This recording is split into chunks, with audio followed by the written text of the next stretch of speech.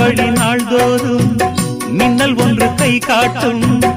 அம்மம்மா என்னைத்தான் ஆசைகளில் நீராட்டும். எனக்கும் உனக்கும் இருக்கும் நெருக்கம்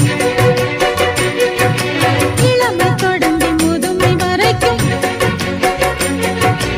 இரவும் பகலும் உறவை வளர்க்கும், இடையில் இருக்கும் தடையை தகர்க்கும்.